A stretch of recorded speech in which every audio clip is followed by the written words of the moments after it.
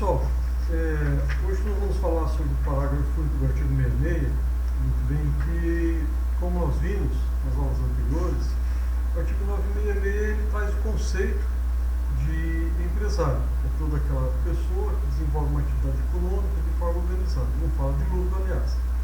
Mas o parágrafo, enquanto o caput do 966 conceitua e define a figura do empresário, o caput do 966 faz duas referências, tá bom? Na primeira parte do parágrafo único do 966, ele excepciona o caput, e na segunda parte do parágrafo 966, ele excetua a primeira parte do mesmo parágrafo, tá bom?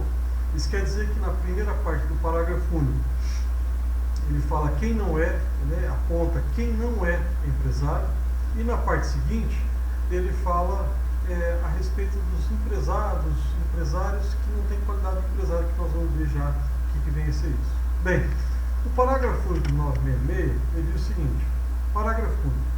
Não se considera empresário quem exerce profissão intelectual de natureza científica, literária ou artística, ainda com o concurso de auxiliares ou colaboradores. Essa é a primeira parte. A segunda parte é o seguinte: salvo se o exercício da profissão constituir elemento de empresa. Bem, o que nós temos aqui, pessoal, nesse texto?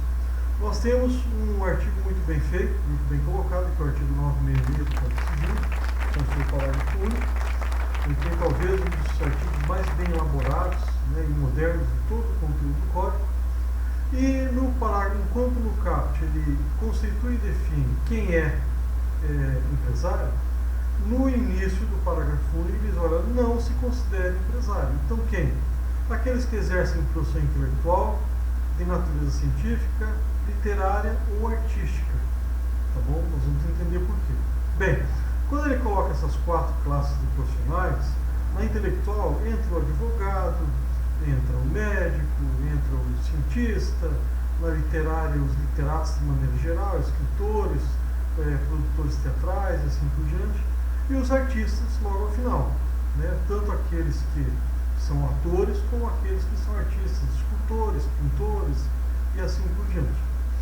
Mas uma parte que nos interessa aqui, pessoal, é o motivo pelo qual o legislador estabeleceu essa exceção ao caput, na parte primeira do parágrafo único. Você sabe por quê?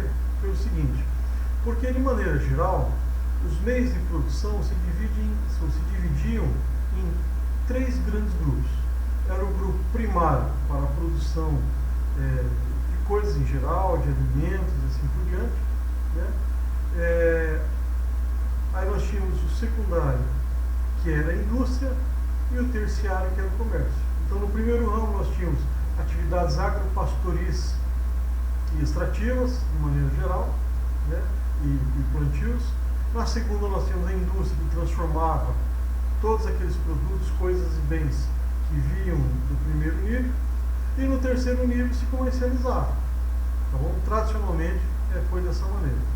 Mais um pouco, né, dos anos 50 para cá aproximadamente, surgiu um quarto ramo, que era o ramo da prestação de serviços, né, que até hoje não se entende porque se separou da atividade comercial.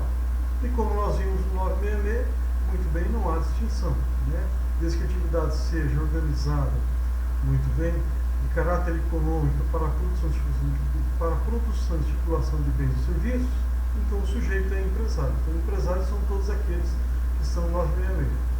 Mas faz alguns anos já que se discute a respeito daquelas pessoas que desempenham atividades profissionais que não são mercantis ou que não são prestação de serviços. Porque alguém poderia dizer assim: um advogado, né? Eu sou advogado. O que eu faço? O que eu negocio com o meu cliente? Bem, eu posso atuar sendo advogado de duas maneiras. Eu posso atuar fazendo pareceres, e aí sou pago pelo resultado, ou eu posso atuar trabalhando em processos em favor do meu cliente, atuando no âmbito judiciário. E aí a minha obrigação é de meio. Tudo bem? Entendem isso? Beleza. Mas o que mais nos interessa aqui é o fato de que ninguém se perguntou até agora por que é que o advogado não é comerciante. O advogado, o que ele vende, afinal de contas? Pessoal, os profissionais liberais, o que eles colocam à venda é o conhecimento que eles acumularam durante o seu tempo de faculdade e o seu tempo de atuação profissional. Por isso que você encontra na praça, por aí, um advogado que cobra por uma ação um valor X, né? Um advogado recém-formado, está trabalhando há 1 ou 2 anos e assim por diante, e um outro advogado que cobra um valor 10x para fazer o mesmo tipo de serviço. Mas em razão de quê? Em razão do seu conhecimento, em razão do seu desenvolvimento profissional, do conhecimento acumulado. Então, quando alguém procura um profissional liberal, ele procura com qual objetivo? Com o objetivo de utilizar o pagamento de utilizar o conhecimento do profissional liberal. Essa que é a intenção. Né? A mesma coisa acontece com o médico. Né? Se você tem um problema de coração, um problema de coração sério, você precisa fazer a cirurgia. Né?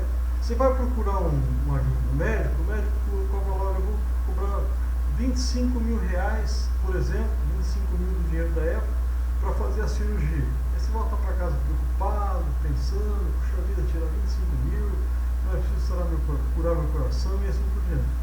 No meio do caminho, você encontra um grande amigo seu, né, que não é médico, você relata a história, fala que está chateado, o sujeito vira para vocês e fala assim, mas quer saber? Eu faço essa cirurgia para você.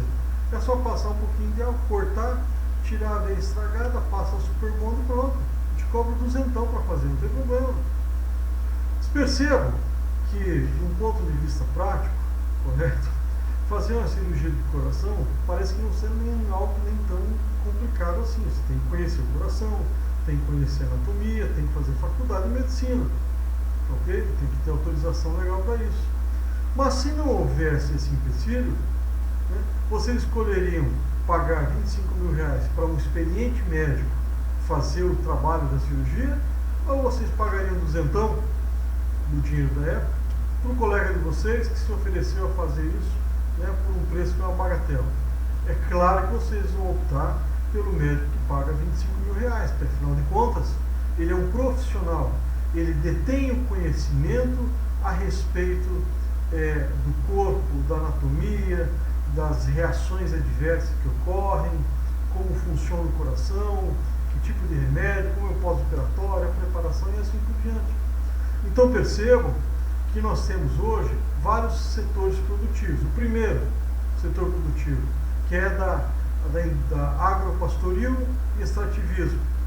Segundo lugar, as indústrias. Terceiro lugar, o comércio. Quarto lugar, os serviços. E em quinto lugar, não é uma hierarquia, é só uma classificação, o mercado do conhecimento, que são pessoas como profissionais liberais, artistas e assim por diante, que emprestam a quem puder pagar, muito bem, as suas habilidades profissionais, o seu conhecimento acumulado. Tá bom?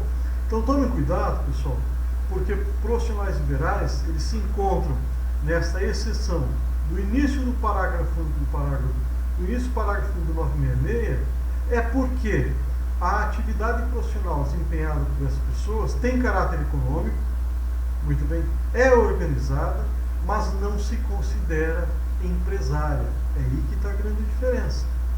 Não se considera essa atividade empresária. É atividade do profissional liberal, é atividade do literato, é atividade do artista ou cientista. São pessoas que colocam à disposição o seu conhecimento, muito bem, para aqueles que desejam utilizá-lo. E aí vão ter que desembolsar uma certa quantia para o pagamento dos serviços desses profissionais liberais, do conhecimento colocado à disposição por esses profissionais liberais para a solução do problema do cliente correspondente. Tá bom?